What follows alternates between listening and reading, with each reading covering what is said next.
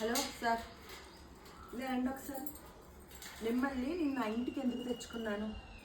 ఏ పని వల్ల నీకు తీసుకొచ్చాను ఇక్కడికి? నువ్వు చేస్తున్న పని ఏమిటి? నువ్వు చేస్తున్న చాలా అంటే చాలా మర్యాదగా మాట్లాడుతున్నాను నీతో. మీరు అర్థం చేసుకోవట్లేదేంటి? అదేదో వాడితో దాంతో సరదాగా ఉంటావు, దానికి ఒక ఆడజన్మకి ఒక ఇది తెలిస్తే చేస్తావా, ఆడ తల్లిని చేస్తావంటే మీ ఇద్దరు చిలక గోరింకల్లాగా ఉంటారంటే మొగుడు పిల్లల్లా కొట్టుకుంటారు ఎందుకు? మీకు అర్థమవుతుందా? ఏదైనా నీకు నేను ఎందుకు తీసుకొచ్చాను, నువ్వేం చేస్తున్నావు? నీకు తిండి పెట్టి, నీకు స్నానం చేయించి, నిన్ను నీట్గా పెట్టి ఇన్ని చేస్తే ఏం చేస్తావు? మధ్యరాత్రులు ఎక్కడో పాడు చేస్తావు. కడుక్కునేసరికి జీవితం సరిపోతుంది నాకు. మేడం మేడం రాణిగారు, మీరేంటండి వాడితో సరదాగా ఉండవే, మంచిగా ఉండవే అంటే ఊరోళ్ళంతా బయట ఉన్న కుక్కలు చూస్తావేమిటి? ఇంట్లో ఉన్న కుక్కను చూడడం అనేసి నీకు అసలు ఏమైనా అర్థమవుతుందా? నువ్వేంట్రా అబ్బాయి రౌడీ?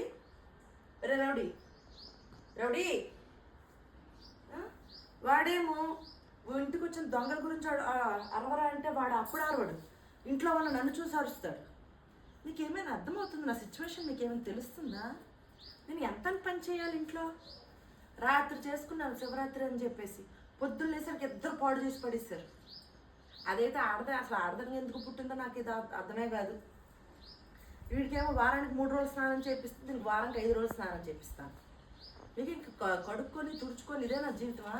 మీ వల్ల నాకైతే ఏ ప్రయోజనం లేదు. ఏదో ఆడపిల్ల లేదు కదా అని చెప్పి ముద్దుగా పెంచితే నెత్తి మీద ఎక్కి కూర్చుంటున్నాం. మీరు చక్కగా మొగుడు పిల్లల్లా కాకుండా బాయ్ ఫ్రెండ్ గర్ల్ ఫ్రెండ్ లాగా ఉండండి రా.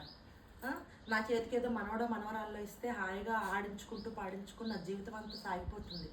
ఇప్పుడు బాగానే మాట్లాడుకుంటారు, 2 నిమిషాలు వేసారు కుక్కల కన్నా ఘోరంగా ఖర్చుకుంటుంటారు. కయ్యాలు సూరోళ్ళు. ఎలాండి లోపలికి వెళ్ళి మాట్లాడుకోండి ఇద్దరు సరదాగా.